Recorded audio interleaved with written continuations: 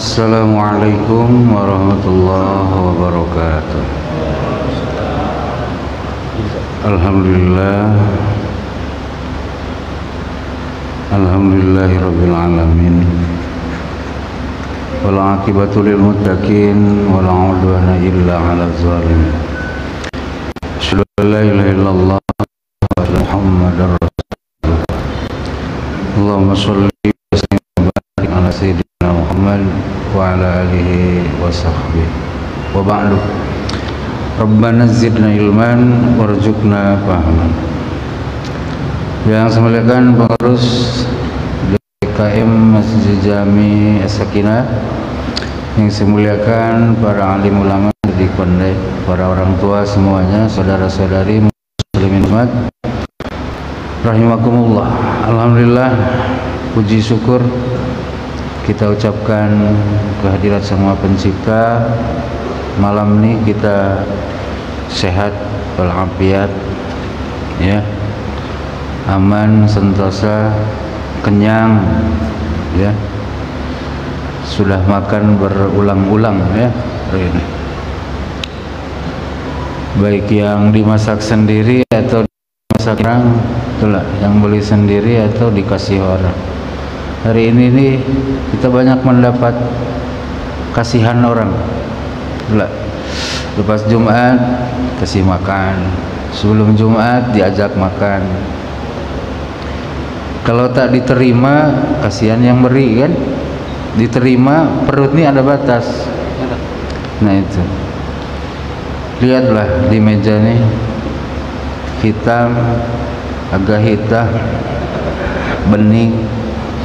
Ini tanda bahwa kita nih lagi dianugerahi banyak nikmat luar biasa. Ini di Afrika nih Pak, segelas ini nih luar biasa berharga. Kita aja kan, kita biasa dikasih air. Maka katanya dalam hadis disebutkan,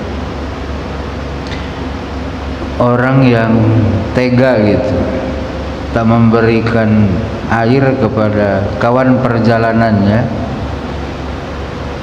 itu di akhirat nanti dia kena tegur dengan Allah.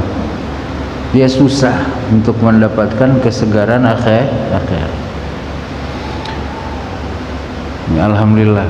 Itulah saya ulang-ulang ya hadis itu, man asbaha aminan fi sirbihi wa mu'afan fi jasadihi wa indahu qutu yaumihi wa ka'annama hijat lahud dunya bihadza piriha.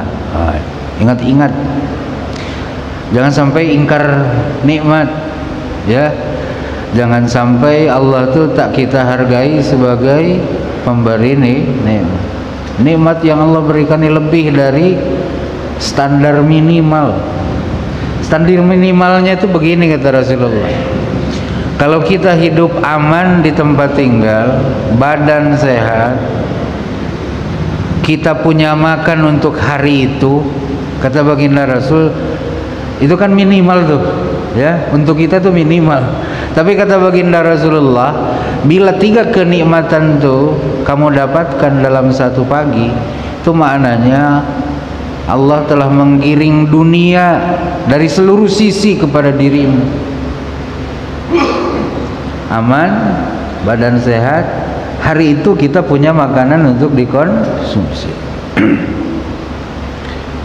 Nah ini, kita nih lebih dari itu, itulah.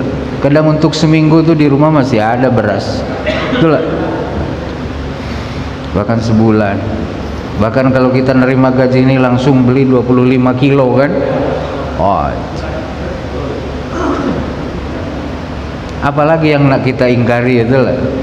Nah, cuman keserakahan kita, betul lah, mengecilkan nikmat-nikmat itu, ya.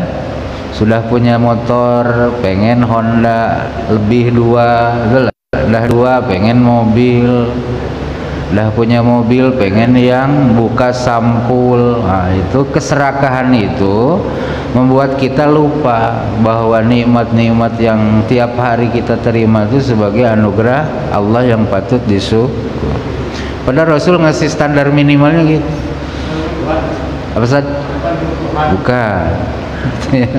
Bukan ke. Betul.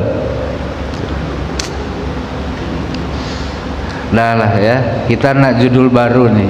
Mari bersolawat salam dulu untuk Rasulullah, keluarga, sahabat beliau. Allahumma sholli wa sallim wa barik ala sayyidina wa maulana wa syafi'ina Muhammadin wa ala alihi.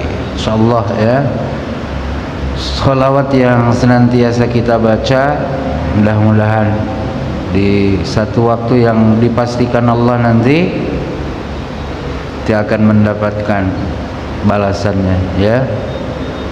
Judulnya baru nih, Hifdzus Sirri, jaga rahasia. Belum ya di sini ya. Apa itu rahasia tuh?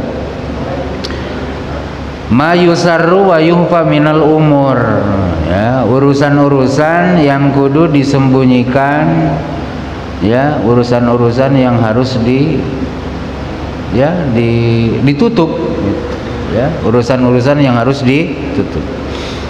Sir kan, hifdzus sir, bahasa Arabnya rahasia itu sirrun, kalau nasabnya sirron, kalau jaranya sirrin, maka ada nikah sirri. Nah, nikah rahasia artinya apa?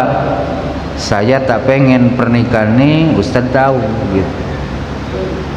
Cukup bapak berdua aja yang tahu saya nikah. Hah? Belum. Ustadz ini dah nanya boleh. Itu maknanya adalah gitu. Saya merahasiakan pernikahan itu. Cukup bapak berdua aja yang tahu. Boleh dah ya? Nah itu jadi nanya juga saya. Bertentangan sebenarnya merahasiakan nikah ini dengan anjuran Rasul. A'linu hadzal nikah, ya, wadribuhu bid-dubub. Nikah ini tolong kata Rasulullah diiklankan tuh di open bar. Di open bar tuh dikasih tahu orang, diinformasikan dengan orang lain. Artinya iklan tuh lawan israr, ya. Iklan tuh lawan dari sirri.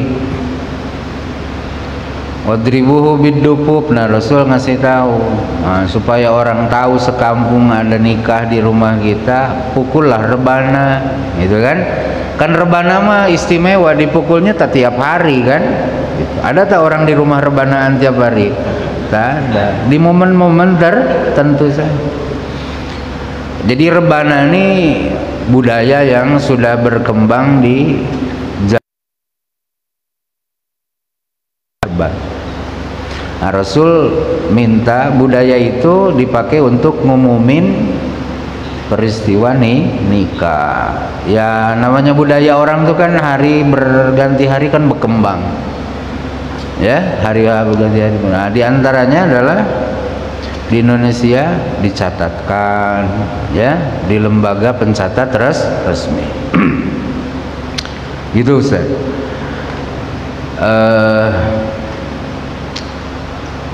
Kalau kaji fikih ya terpenuhi syarat, kayak emak-emak kita dulu, datul lah ya, moyang kita, ibunya atau bapaknya, kakek kita, ya tak dicatat juga mereka. Itulah. Tapi secara fikih terpenuhi, kan? Nah.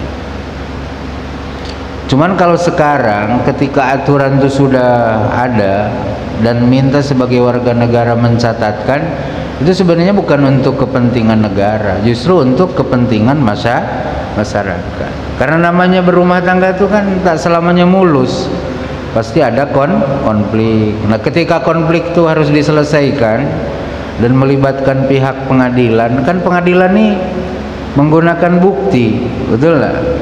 Tak cukup dengan pengakuan, harus ada bukti. Nah bukti otentik pernikahan itu buku nikah. Nah itu Nanti kalau ada khosmah, ada persengketaan, nah buku nikah itulah yang menjadi bukti pernikahan kita. Gitu Pak ya. Jadi kebaikannya lebih besar lah mencatatkan nikah di KUA ketimbang madaratnya.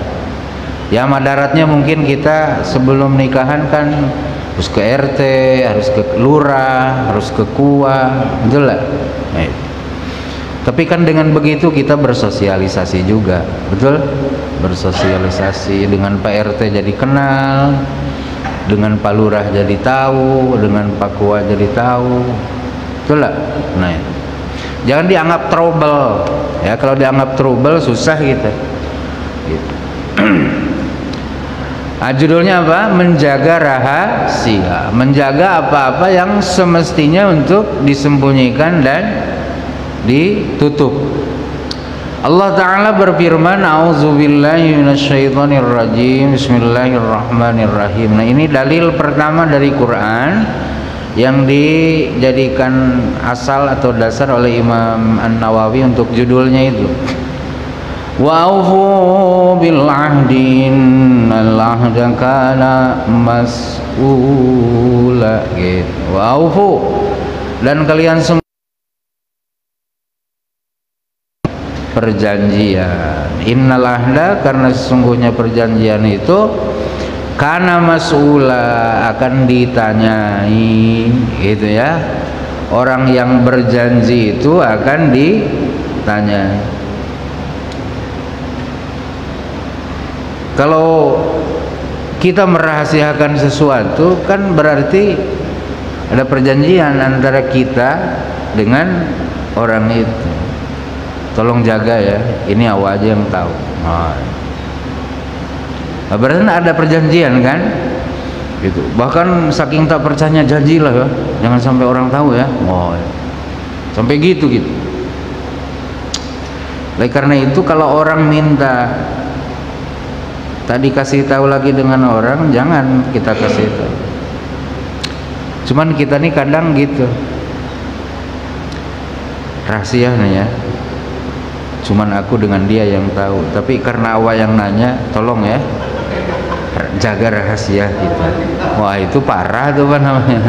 Itu pengkhianat namanya. Meskipun dia berkamuflase dengan ucapannya itu, betul lah. Akhirnya kawannya tuh ngomong lagi dengan kawannya lagi. Ini kata Ustaz Ali, katanya rahasia. Awas, aku kan cakap hanya dengan awak aja. Dia bilang hanya aku dan dirinya gitu. Ini tapi karena awak kan kawan dekat aku, tolonglah janji ya, jangan dibilang-bilang orang lagi. Ya, itu yang itu pun sama juga bilang sama Mbah tuh. Paham? Itu bukan rahasia lagi jadinya, betul lah. Jadi kalau rahasia itu minta berhenti di kita sudah. Yang tak bisa dirahasiakan tuh lewat WA, apalagi di grup ya. Tolong rahasia, jangan disebar kemana-mana. Oh, tak bisa, ya, tak bisa. Wah, WA nih memang luar biasa. Lanjut. Yang kedua, ya, yang dijadikan dalil untuk judul Hifdzus Sirni adalah hadis di riwayat Imam Al-Bukhari, Imam Muslim ya, dari Abu Sa'id Al-Khudri radhiyallahu anhu. Baginda Rasulullah SAW bersabda, kata Abu Sa'id Al-Khudri begini, inna min asyarrin nasi indallahi manzilatan yaumal qiyamah ar-rajulu yubdi ilal mar'ati wa tubdi ilaihi summa yanshuru sirraha. Seburuk-buruk manusia dalam pandangan Allah kedudukannya di hari kiamat adalah seorang lelaki yang bergaul dengan istrinya dan istrinya pun bergaul dengan suaminya itu. Ya, artinya saling mencintai, betul lah? Saling memberi, saling memberikan kepuasan. Tiba-tiba suaminya besoknya cerita tentang rahasia istrinya. Kantor dia bilang bau, katanya ketek istriku nih. Coba sedap tak istri kita dibilang bau keteknya? Itu kan hanya bisa tercium, hanya bisa diketahui oleh orang terdekat kan. Meskipun istrinya tuh tak ada bilang, bang tolong rahasiain ketek ade ya, tak ada bilang begitu, betul lah. Paham ya? Nah, gitu.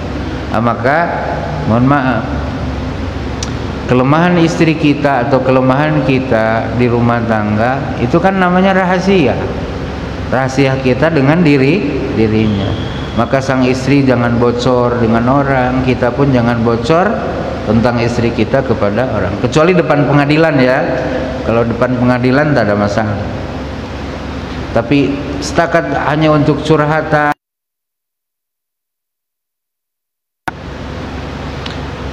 ya mungkin termasuk dengan kejantanan, itu kan jadi cemoohan orang, betul lah. Kalau istri kita bilang, aduh payah katanya suami saya mbak, ngapa?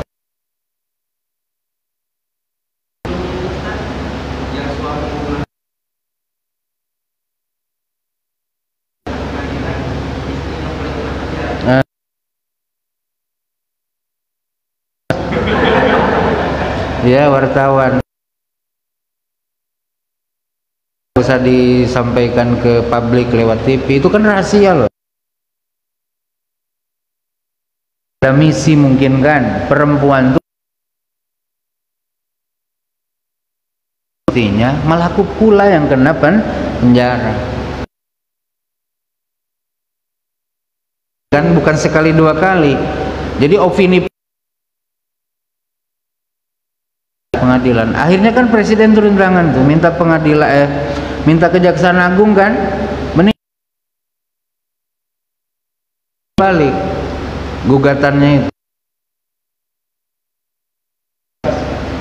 Gitu. Betul lah, gitu mas. Jadi mungkin dia tak ada maksud untuk cerita itu ke publis kan, gitu. Itu kalau pergi ke pengadilannya sudah benar, ya sudah benar. Nah, maka oleh karena itu kan wartawan tuh kan bisa juga untuk kita tolak diwawancarai kan bisa, betul lah. Mohon maaf mas, saya punya hak untuk menolak diwawancara kan bisa. Gitu. Mereka kan bukan juga superior kan, ada batas juga. Ya, nah itu kalau memang kita merasa ini aib yang tak perlu diketahui publis, boleh kita merahasiakan. Gitu, Bib ya. Fungsi pengacara kan dari ya. Kalau pengacara itu jujur, ya jujur baik, karena pengacara itu adalah pendampingan terhadap pihak terdakwa atau terhadap pihak pendakwa, terhadap tergugat atau penggugat, betul lah. Kalau terhadap tergugat kan pendampingannya jelas, betul lah.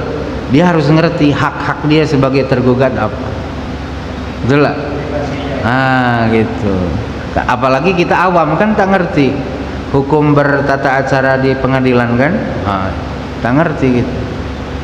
Gitu. Apa yang harus kita omongkan di depan hakim tuh kita kan tak ngerti. Nah itu. Tapi apa Ustaz? Pengacara itu boleh saja Ustaz. Hal yang boleh. Tapi tidak untuk menghila hukum. Ya, tidak untuk menghila hukum. Menghila hukum itu apa? Mengakal-ngakali hukum. Ini yang tak boleh, ya. Sehingga supaya menang dia menghalalkan segala cara. Riswah misalnya, menyogok hakim, betul lah. Berkongsi dengan pihak pengacara penggugat. Misalnya kan? Oh, itu kan bahaya. Itu kan istilahnya menutupi kebenaran. Betul lah. Nah, misalnya yang salahnya suaminya sebagai pembunuh. Kalau pengadilan sampai menteror anak istri kan tidak benar. Betul lah. Nah, ini pengacara yang ngerti. Betul lah? Yang ngerti. Nah, itu sih. Tapi kalau untuk memanipulasi hukum, wah jelas itu ya. Quran jelas mengatakan itu sebagai perbuatan daripada Yahudi yang kafir kan. Nah gitu. Jadi ini meskipun di bab adab, di bab etika, tapi lihat hadisnya ini ngeri loh. Ya, seburuk-buruk manusia kedudukannya dalam pandangan Allah di hari kiamat adalah seorang lelaki yang menggauli istrinya dan istrinya legowo gitu ya, untuk juga menyambut keinginan si laki-laki suaminya itu. Tapi kemudian sang suami ini menebar keburukan, rahasia kekurangan istrinya tadi. Ya diumumkanlah kekurangan itu apa gitu ya, rahasia itu apa. Ya mungkin jadi kurang memuaskan, betul lah gitu, tak sanggup lama. Nah, seperti itu kan rahasia-rahasia gitu ya, rahasia. Masalah ranjang nih hati-hati ya, masalah ranjang nih jangan dianggap sepele ya, tersinggung kita loh, tersinggung gitu, jangan dipakai guyon, oh itu bisa kelahi kita masalah masalah itu ya. Kalau masalah kerja masih agak toleran kan, tapi kalau masalah itu merah muka kita dibuat jelas, jangan. Maka suami istri pun harus saling menjaga. Kalau memang dah tak ada kecocokan, pergi pengadilan ya, pergi pengadilan. Kalau depan pengadilan tak ada rahasia, utarakan aja agar hakim bisa mendapat pertimbangan yang benar ya. Itu maka ada istri siapa, Abu Sufyan kan datang menghadap Rasulullah. Beliau mengutarakan seluruh kekurangan-kekurangan Abu Sufyan dan Rasul mendengar, karena Rasul posisinya sebagai hakim, betul lah, sebagai hakim. Maka kata Rasulullah, karena diantara karakternya itu pelit, udah ambil aja katanya secukupnya untuk nafkah dirimu dan anak. Kita dibilang pelit tak senang kan? Tak senang. Tapi kalau depan hakim silakan, betul lah, silakan. Tapi kalau curhat depan masjid ngeri itu, betul lah. Istri kita cerita pelit kita dengan kawannya, tetangga kita juga, ternyata katanya manis muka aja, pelit sama istrinya kan gitu. Nah, dah lanjut yang kedua ya, dari Abdullah bin Umar radhiyallahu anhuma, semoga Allah meridai keduanya. Kata beliau, kata Abdullah ini anak daripada Khalifah Umar ya. Ini Abdullah yang ini nih adalah sahabat yang masuk dalam kategori ulama. Jadi tak semua ulama, tak semua sahabat adalah ulama gitu loh ya. Tak semua sahabat Rasulullah adalah ulama, tabahur dalam ilmu itu terbatas. Karena di zaman Rasul hidup ya, tak semuanya nyantri kepada Rasulullah secara istiqomah mulazamah gitu.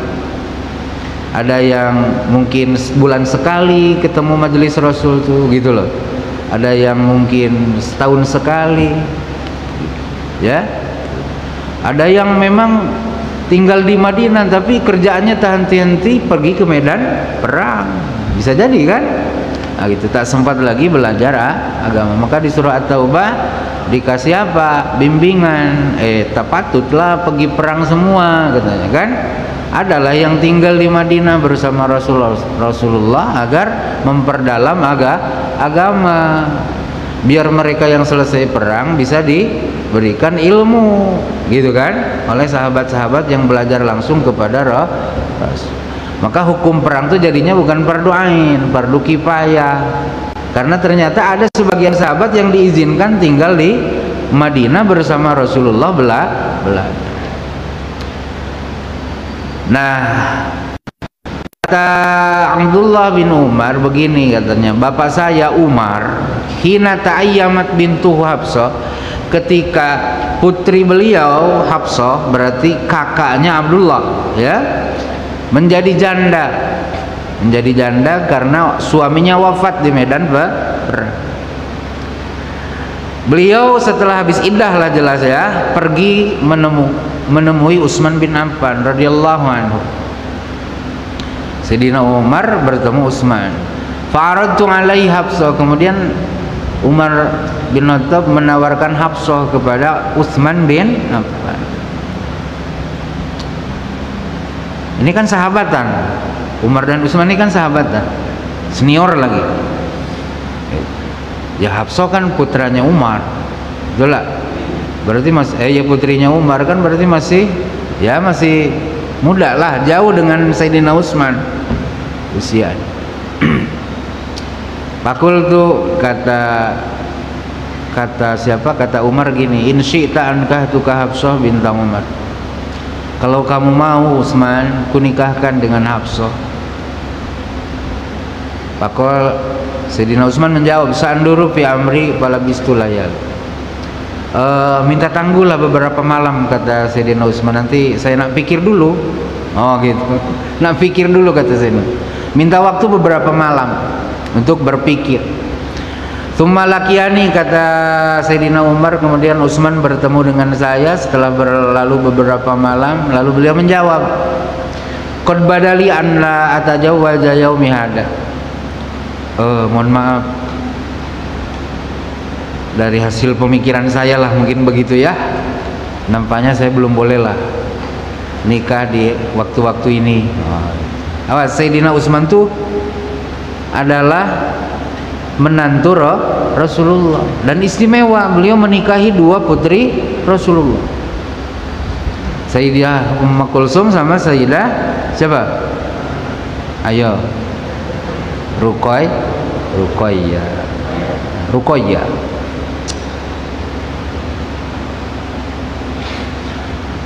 Dah selesai kan? Nah, ya gondok juga lah, mau ditawarin anak atau mau kan? Padahal sahabat, tapi tak ada cak. Apalagi itu Abu Bakrin As-Siddiq radhiyallahu anhu. Kemudian kata Sayyidina Umar, saya bertemu Abu Bakar. Abu Bakar itu lebih sepuh dari Umar. Abu Bakar itu lebih sepuh dari Umar, dan beliau bermohon Abu Bakar berkenan menikahi putrinya. Paham? Terbayang ya? Jadi bukan kita aja sekarang masa ditawarin sama kakek-kakek. Oh, kan bisa dibilang begitu kan? Coba Bapak bayangin, Abu Bakar ini kan punya putri kan, diantaranya Sayyidah Aisyah. Sayyidah Aisyah itu usianya 20-an lebih tahun kan, dan itu bukan yang terbesar, gelak. Pakul tuh saya cakap dengan Abu Bakar begini, in syi'ta ankahtuka Hafsah bintang Umar. Sahabatku, kalau kamu mau kunikahkan dengan putri aku Hafsah bintang Umar. Pasomata Abu Bakrin radhiyallahu anhu, maka Abu Bakar diam aja. Somata tuh diam, tak ada bercakap, tak ada jawab, tak ada iya, tak ada no. Senang tak kita digituin? Senang gak? Pergi tak? Bilang ya tidak, bilang tidak pun tidak. Senang dah. Dan Abu Bakar begitu. Kalau mau Abu Bakar ku nikahkan dengan Hafsah putriku. Abu Bakar diam. Somata. Palyasmut. Somata tuh Ustaz. Maka harus diam. Diam Abu Bakar. Falam yarji ilayya syai'an. Abu Bakar tak ada jawab sedikit pun dengan saya. Kata Sayyidina Umar. Kata Sayyidina Umar kepada Abdullah putranya, fakuntu aujada alaihi minni ala Utsman. Ya Allah, kata Umar kepada anaknya Abdullah, saya geram betul dengan Abu Bakar, lebih geram ketimbang kepada Utsman. Utsman nolak, tapi masih ada kataku dengar. Abu Bakar ini tak ada sama sekali. Nolak tak terdengar no, nerima tak terdengar yes. Saya lebih marah dengan Abu Bakar. Aujada alaih itu marah ya, bukan aujada menemukan. Aujada alaih itu artinya marah, singgung. Falabistulah yaliya, maka saya tak pergi kemana-mana, tak nawarkan Hafsah kemana-mana lagi. Berdiamlah beberapa malam saya. Tsumma khatabahan Nabi sallam. Kemudian selang beberapa hari datang Nabi melamar Hafsah. Ternyata itu akan dinikahi oleh manusia paling mulia, yang lebih mulia daripada Utsman dan Abu Bakar. Pangkah tuha iya, maka kunikahkan Hafsah kepada Nabi. Nah ini Ustaz, kan di kita nih kalau ijab kabul kadang polemik ya. Aku nikahkan engkau kepada, gitu kan, Hafsah anakku. Nah, kalau di hadis ini angkahtuha iya, kunikahkan Hafsah putriku iyahu kepada beliau Nabi Muhammad. Oh gitu. Iya, harusnya gitu Ustaz. Kunikahkan Hafsah anakku kepada engkau, gitu dalam ijab. Tak apa, itu jangan dimasalahkan, ya. Yang penting sah lah itu. Jadi itu kan. Daripada berdebat tempat nikah tak jadi nanti. Udahlah. Nah, aku nikahkan engkau dengan putriku. Nah, aku nikahkan putriku dengan engkau. Lanjut. Itu dah dipahami sebagai ijab qabul. Palakiani Abu Bakrin, lalu Abu Bakar menemuiku. Wah, gitu. Ya, setelah Rasulullah menikahi Hafsah putrinya, Abu Bakar datang melakukan konfirmasi kepada Umar. Fakal, kata Abu Bakar begini, la'allaka wajadta alayya hina aradta alayya Hafsah falam arji ilaika syai'an. Nampak-nampak awak ini marah dengan saya Umar, ya, kata dia kan, waktu awak tawarkan Hafsah dengan saya, tapi saya diam 1000 bahas. Fakultu, na'am, betul itu Abu Bakar, kata dia kan, betul, memang aku marah sama awak. Gitulah bahasa kita. Qala, kata Abu Bakar begini. Nah, ini yang nyambung ke judul Ustaz, ya, harus menjaga rahasia. Fa innahu lam yamna'ni an arji'a ilaika fi ma radda alayya illa anni kuntu alimtu anna an-nabiyya sallallahu alaihi wasallam zakaraha falam akun li abshiya sirra Rasulillah sallallahu alaihi wasallam. Begini katanya Abu Bakar. Begini Umar, kata Abu Bakar, sungguhnya tak ada yang menghalangi saya untuk menjawab permintaan awak itu selain karena saya dah tahu bahwa Rasul tuh pernah menyinggung-nyinggung Hafsah untuk beliau nikahi. Cuman beliau merahasiakan itu dengan saya, dan saya tak mungkin membuka rahasianya Rasulullah. Maka saya tak ada jawab apapun. Lalu kenapa awak tak bilang no, tak bilang tidak? Ini masalahnya. Walau tarokahan Nabi sallallahu laqabil tuha. Andai Nabi tidak jadi menikahi Hafsah, permintaanmu tu akan ku terima. Hafsah tu kan ku nikahi. Makanya saya diam. Jawab iya tidak, jawab tidak pun tidak. Paham? Oh, itu. Nah, ini penting ya, melakukan klarifikasi agar orang berhenti dari buruk sangka. Nah, itu ya, Abu Bakar bukan tidak apa ya, bukan tidak beretika, ya, itu apa namanya, mencuekin orang tuh kan, itu jauh lah untuk jadi perilaku Abu Bakar. Betul, apalagi untuk seorang Umar, ya, yang memiliki kedudukan di dalam pandangan Nabi Sallallahu Alaihi. Sayyidina Umar ini sering dipuji oleh Nabi, betul lah, sampai beliau sampaikan, laukana mim ba'di nabiyyun lakana Umar. Andai lau itu andainya itu tak akan terjadi Ustaz. Lau itu harfum tinain lim tinain namanya. Jadi jawab itu tak terjadi karena memang syarat pun tak terjadi. Memang untuk menyatakan sesuatu yang tidak mungkin andai setelahku ada nabi, pastilah yang jadi nabi itu Umar. Ini pujian daripada Rasulullah kepada Sayyidina Umar. Tak mungkin Abu Bakar bertingkah laku lancang kepada Sayyidina Umar, karena Rasul pun menghargai dan menghormati beliau. Maka ternyata jawabannya gitu, karena Rasulullah saya mendapatkan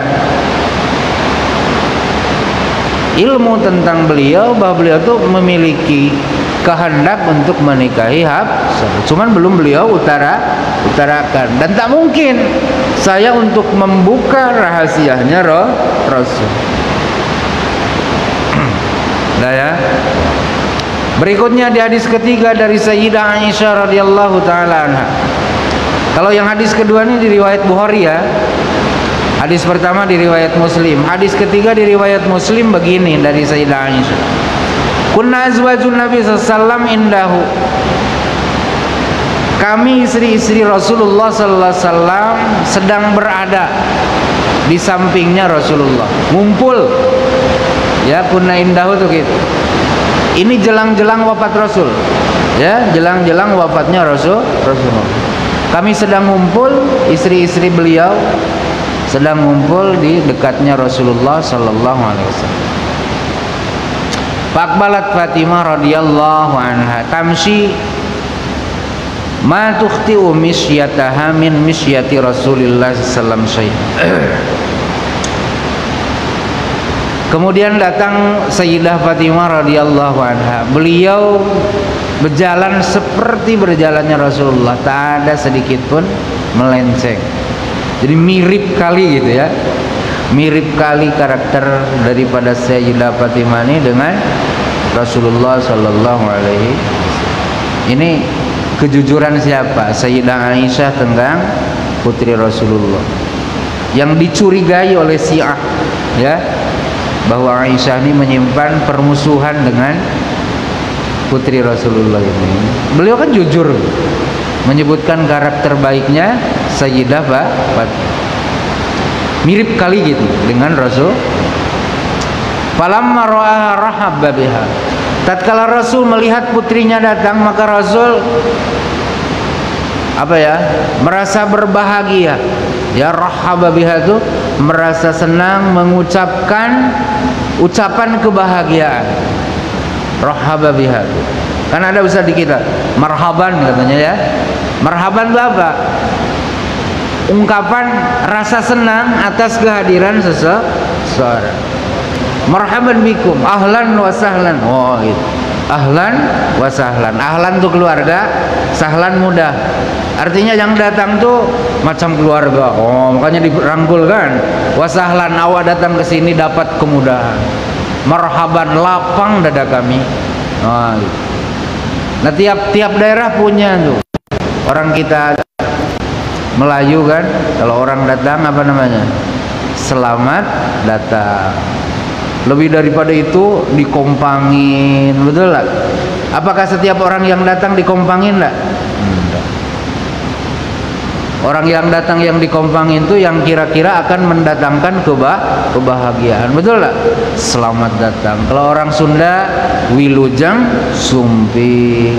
Wilujeng sumping itu Pak, bahasa santun karena kita merasa senang didatangi orang itu. Kalau orang Jawa apa namanya? Sugeng apa? Sugeng dalu. Ada orang Jawa sini kan? Apa ngomong lah. Kalau orang Padang, mana orang Padang? Apa tuh yang diucap? Kan ada kan? Ada. Jadi kalau di Arab marhaban, ya. Jadi Rasul merasa bahagia dengan apa kata beliau?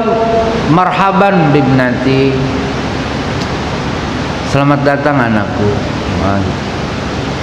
Bahagia kali, ya. Summa ajlasaha an yamini, dah bercakap-cakap panjang, Rasul meminta Sayyidah Fatimah untuk duduk di sebelah kanan beliau. Sini nak.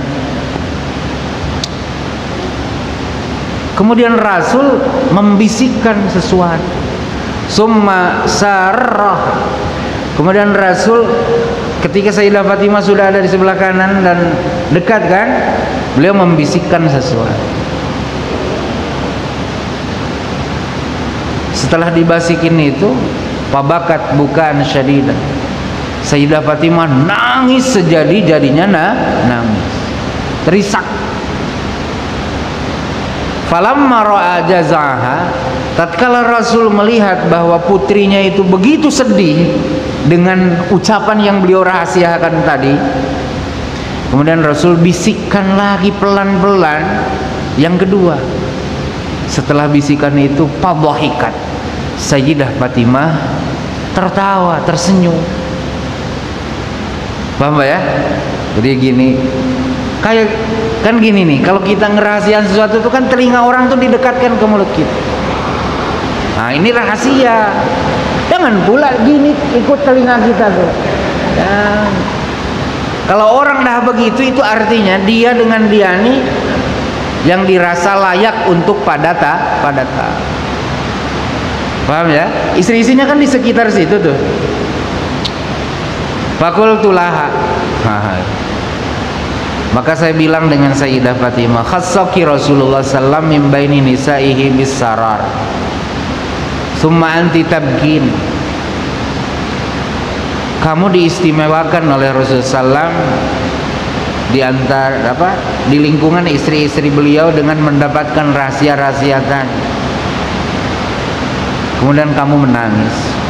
Setelah Rasulullah SAW bangun dari tempat duduknya itu, artinya tak di situ lagi. Saya tanya dengan Sayyidah Fatimah tadi, maqala laki Rasulullah SAW, apa yang diucapkan baginda Rasulullah dengan dirimu tadi? Kata Sayyidah Fatimah begini, ma kuntu li afsyi ala Rasulillah sallam sirrah. Tak pantas saya untuk membuka rahasianya Rasulullah sallallahu alaihi wasallam. Falamma tuwfiya Rasul sallam qultu.